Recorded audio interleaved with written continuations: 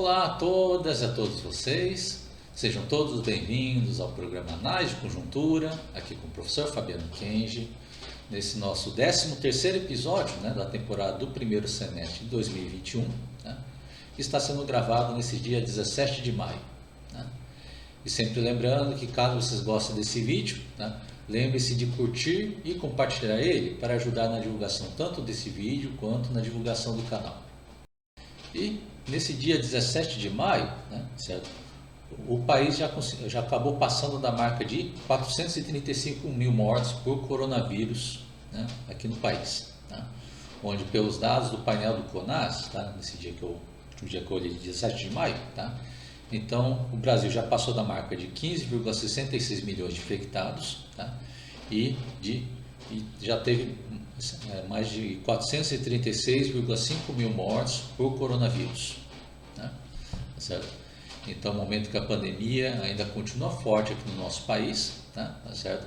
Mas mesmo assim, autoridades locais em diversas cidades e estados aqui do nosso país ainda continuam promovendo a retomada das aulas presenciais, certo? Mesmo com o cronograma de vacinação atrasada, mesmo sem os docentes em massa terem sido vacinados, muito menos ainda toda a comunidade escolar, então você acaba tendo, por exemplo, aqui no caso do Tocantins, o governador Mauro Carlessi soltando um decreto de retomada das atividades escolares presenciais, certo? E também comerciais, certo? Bom, ainda sempre com a lorota de que está mantendo os protocolos de saúde, certo? E é atitude repetida também na cidade de Palmas, capital do Tocantins, onde a prefeita Cíntia Ribeiro também autoriza a volta das aulas presenciais nas escolas particulares, e também promovendo a reabertura, aumento da reabertura para bares e restaurantes da cidade, certo? Todas as demandas, aceitando as reivindicações, não dos especialistas da área de saúde, não dos especialistas em infectologia, mas atendendo a demanda específica de donos de bares e restaurantes e de donos de escolas particulares, certo? Porque isso está sendo feito mesmo com o Sindicato dos Trabalhadores em Educação do Tocantins, o Sintet, ainda fazendo a exigência que não se ter retomada de aula presencial enquanto não tiver sido feita a vacinação da população, certo?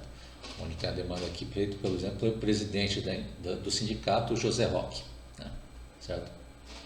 E esse é o tema que a gente vai abordar hoje, certo? Pensando primeiro falando dessa questão que fica sempre falando de fazer retomada de forma responsável, assim, não, estamos retomando aulas presenciais, mas estamos adotando o protocolo de segurança com álcool em gel, mantendo o distanciamento social. Eu falo já como lorota, porque é a mesma lorota que falava quando fazia a reabertura do comércio durante todo o ano passado, certo? Falava, vamos reabrir o comércio, vamos reabrir a academia, vamos reabrir a igreja, mas não precisa se preocupar porque estamos fazendo os protocolos de segurança, certo? Inclusive agora que já chegamos em 2021, dá para fazer uma comparação melhor, vamos revisitar alguns pontos que a gente abordou nos programas do ano passado, onde, por exemplo, você teve lá, por exemplo, lá em 13, 14 de junho, por exemplo, sendo promovida a reabertura geral do comércio, certo? Onde ganhou destaque, por exemplo, a reabertura de shoppings e academias, lá mais ou menos nesses dias, 13 e 14 de junho, lá em Palmas, por exemplo, como referência. E foi o momento que foi feita toda essa propaganda, não, vamos estar disponibilizando álcool em gel, vamos estar disponibilizando, mantendo distanciamento social, como inclusive com a propaganda lá do Shopping Capim Dourado, que a gente passou no programa do ano passado, e vou repetir aqui agora também. Recomeçar é ter uma nova chance, é ver uma luz, mesmo quando os dias ainda são de incertezas. Os ambientes receberam sinalização para o distanciamento, diversos pontos para higienização, obrigação do uso de máscaras e o reforço nos procedimentos de limpeza. pode ver então uma propaganda com pompa, né? Tá certo? Assim, não, vamos reabrir, mas estamos sendo responsáveis, né? Só que isso aí tem vários gargalos nesse discurso, tá? Em primeiro lugar, porque essas recomendações de isolamento social, lockdown, devia ser geral, tá? Só mantendo o essencial aberto, tá? Ela não está ali só pela questão da proteção no local do comércio, tá? No local onde as pessoas vão entrar dentro de loja, ou supermercado, ou shopping center, ou academia, ou igreja, tá? O essencial, tá, pela qual se decreta lockdown, que está sendo as medidas de isolamento social, tá? É para diminuir a circulação de pessoas no local, as pessoas na cidade, circulação de pessoas nos estados, tá? Certo? Porque por mais que você vai adotar protocolo de segurança no local, tá? Você ainda está aumentando a circulação de pessoas pelas ruas, as pessoas se encontrando nas ruas, ou mais pessoas tendo que andar de coletivos, tá certo? Ou mais pessoas tendo que ou pessoas que na hora que vai sair de casa acaba passando por mais pontos diferentes antes de voltar para casa, tá? Que por mais que você adote medidas de proteção, sempre vai aparecer algum descuido que essa pessoa vai acabar espalhando o vírus em algum lugar, tá? De tão infeccioso que é a doença do coronavírus, tá? Certo? Tanto que a gente pode pegar, né? Tá certo? Esse dia que foi feita então, essa reabertura do comércio lá em 2020, tá? Cerca de 14 de junho de 2020, tá? E comparar o que aconteceu lá no gráfico, né? Tá certo? Lá com a curva de evolução do coronavírus no estado do Tocantins, tá? Então já apresentamos aqui agora esse gráfico, tá aqui lá do painel do CONAS, tá certo? Você tem toda a evolução do coronavírus desde o início da pandemia até os dias de hoje, tá certo? Está representado que foi a evolução por semana epidemiológica, tá? E esse dia que foi reaberto o comércio, né? Em geral em Tocantins, inclusive com destaque lá na reabertura dos shoppings, tá? Academias, assim por diante, tá?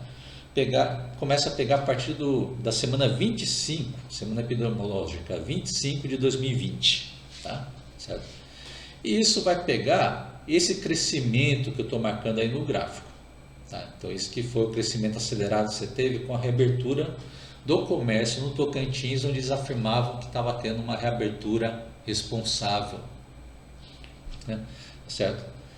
E é um comportamento que se acaba sendo repetido também no número de óbitos do Tocantins, né? Certo? Onde não tem o gráfico de baixo, né? Que aí você tem a evolução agora do número de óbitos, né? No Tocantins, né? Aí mesma coisa lá do ano passado, então pega lá da semana 25, né? Semana lógica 25 de 2020, você tem lá a reabertura do comércio, né? Certo?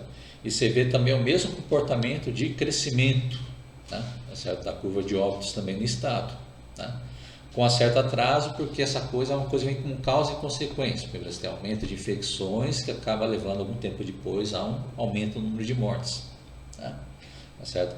E na época ali também tinha tido uma queda, mas uma queda que ocorreu por causa do lockdown que tinha sido decretado pouco tempo atrás, tá certo?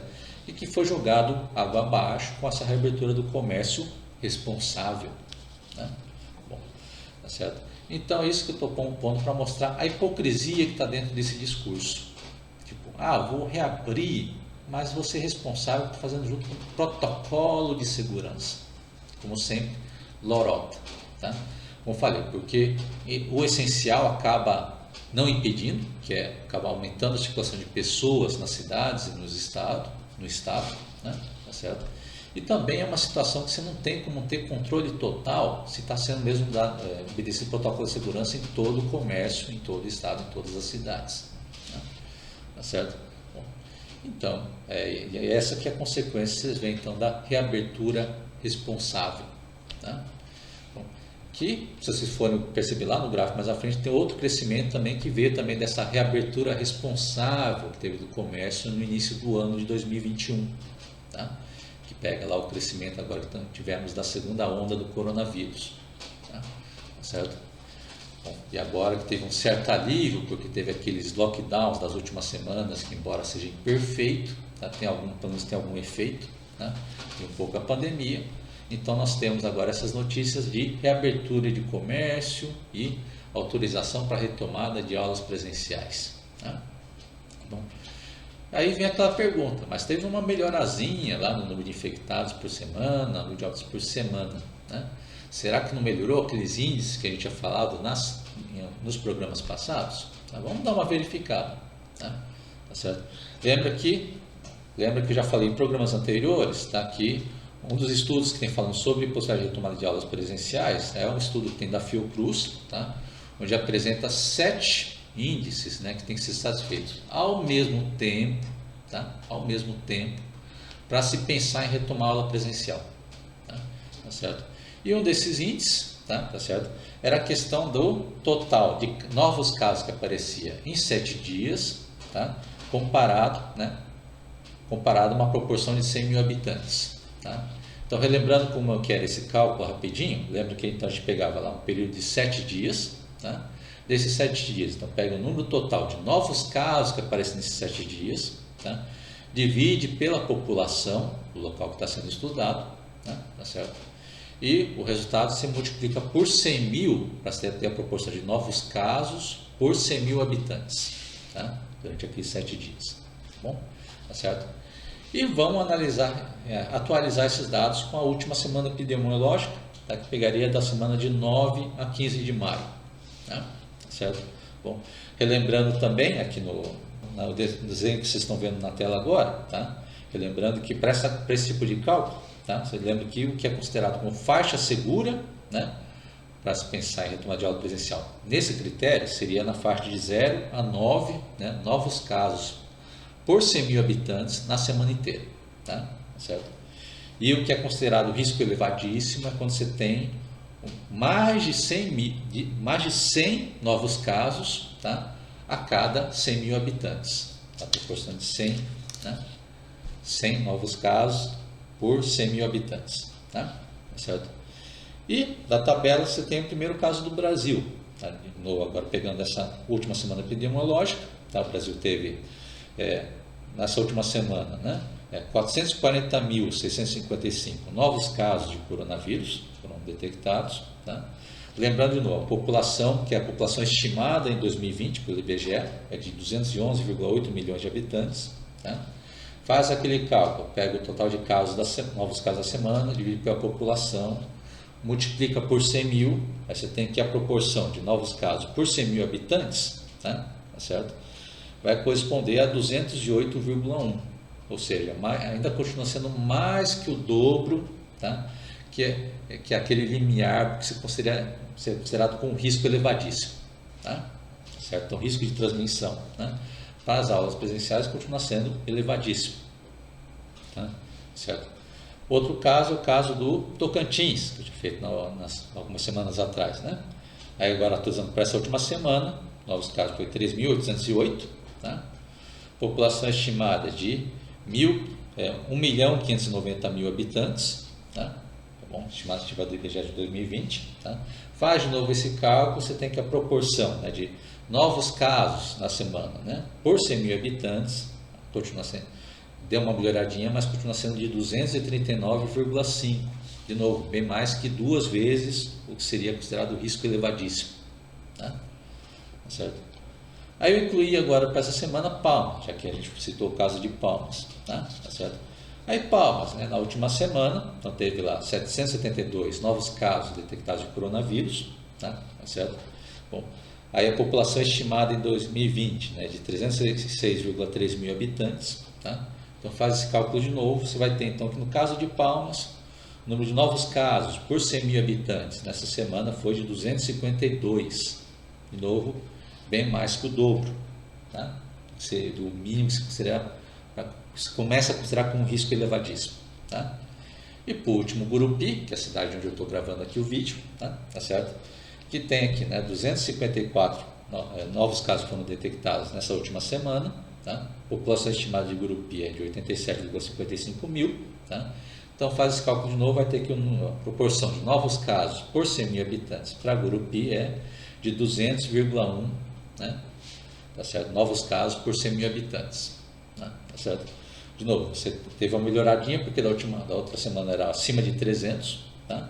Mas embora tenha melhoradinha, ainda continua muito acima, tá? do valor mínimo para ser considerado elevadíssimo, tá? Certo? Continua sendo quase 3 vezes maior, tá? Certo? Então, para vocês entenderem que, né, não teve nenhuma melhora, né, suficiente para considerar como seguro a tomada de aula presencial, tá? Lembrando que pelos critérios da Fiocruz tem 7 critérios que têm que ser satisfeitos ao mesmo tempo, tá? E já está falhando feio de novo naquele que a gente pode fazer um cálculo rápido no assunto, né? Tá certo? E aí você vê nos jornais que tanto a Prefeitura de Palmas quanto o governo do estado ficam fazendo propaganda de um outro índice que teria melhorado, que era a ocupação de leitos, tá? Tá certo? De novo, entra o charlatanismo, né, nessas retomadas que são feitas de forma responsável, né? Porque então você tem 7 índices, tem que ser satisfeitos ao mesmo tempo, mas eles fazem propaganda de um que teve uma melhoradinha, tá? Eles falam, puxa, já está seguro para ter retomada de aula presencial, tá? Então, em cima disso, você está tendo então, esse charlatanismo, tá? Está sendo sempre promovido com essas retomadas com segurança, tá? Com protocolo de segurança, então estaria todo mundo seguro, tá? Então, para deixar claro que isso nunca passou de lorota, tá? Certo? Bom, e lembrando também que são todos critérios que teriam que ser satisfeitos, mas com outras situações também que têm que ser consideradas, tá? Onde você tem, por exemplo, o depoimento que foi dado pelo professor, né, Domingos Alves, da USP, naquele laboratório de inteligência em saúde, tá? Bom, que fez essa informação também, que não tem espaço seguro ainda para a reabertura das escolas, tá?